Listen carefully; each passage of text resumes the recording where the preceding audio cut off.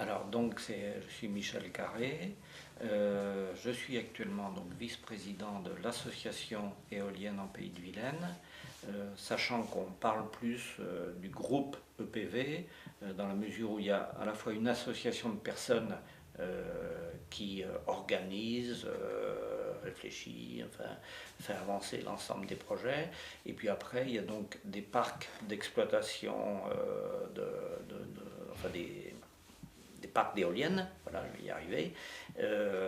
Donc chaque parc étant par une société indépendante, enfin autonome, reliée bien sûr, mais qui a sa propre vie de son côté, quoi. Donc il y a une société d'exploitation par parc, donc actuellement il y en a deux qui fonctionnent, donc Bégane et puis Sévérac-Garouette, et un troisième qui est en chantier, et puis on en a par ailleurs d'autres en projet avec un certain nombre d'autres acteurs du territoire, quoi.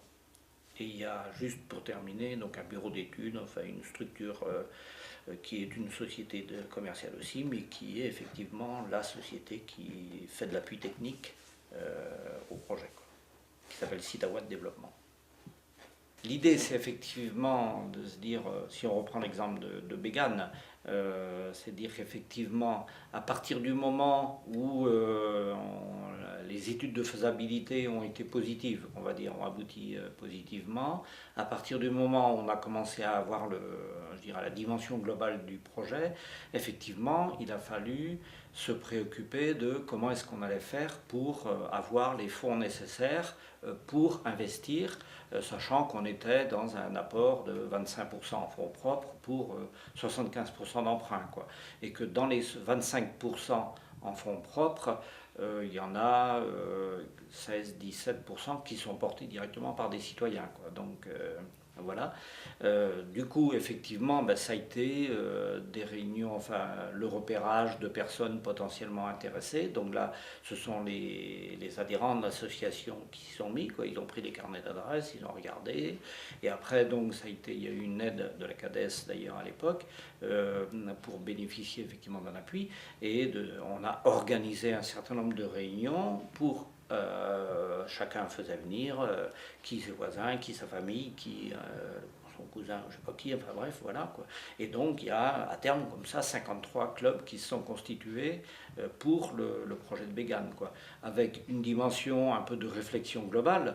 Pourquoi, qu'est-ce qui peut nous motiver, comment on se retrouve dans un projet comme celui-là, en quoi c'est intéressant, et puis après une dimension plus technique qui est comment on fait, c'est quoi les statuts d'un club d'investisseurs, à partir de comment, enfin la déclaration au centre des impôts, on ouvre un compte, enfin voilà, ce qui est un aspect un peu technique, et puis aussi des réflexions pour dire de toute façon les dividendes on ne les récupérera qu'au bout de 4 ans, 5 ans.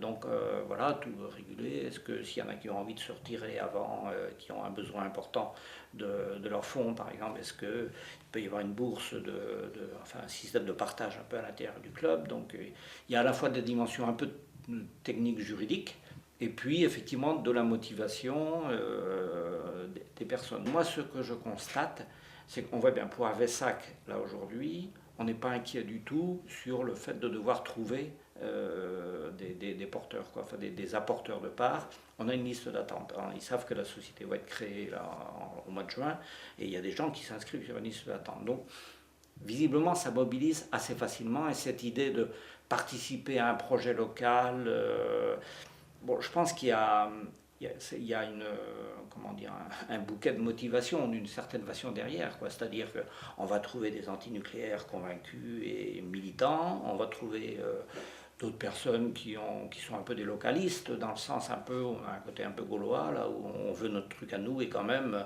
on va faire la pige à EDF ou à ERDF. Donc voilà, et puis peut-être. Enfin, je ne pense pas que des gens y viennent dans l'idée de faire du profit, parce que je pense qu'ils vont être un peu déçus, il vaudra mieux qu'ils aillent ailleurs, quoi. C'est-à-dire, ça ne veut pas dire qu'il n'y aura pas des retours, mais on ne sera pas sur des retours extraordinaires quand même, quoi. Donc, voilà. Donc voilà, je pense que. Et puis il y a l'effet de collectif, l'effet du groupe, c'est un peu en ce sens-là aussi qu'on rejoint un peu cet aspect culturel, quoi, hein. Donc l'effet effectivement de dire on y est ensemble, c'est une démarche, il y a un sentiment d'appartenance commune, enfin il y a un certain nombre de choses comme ça, quoi.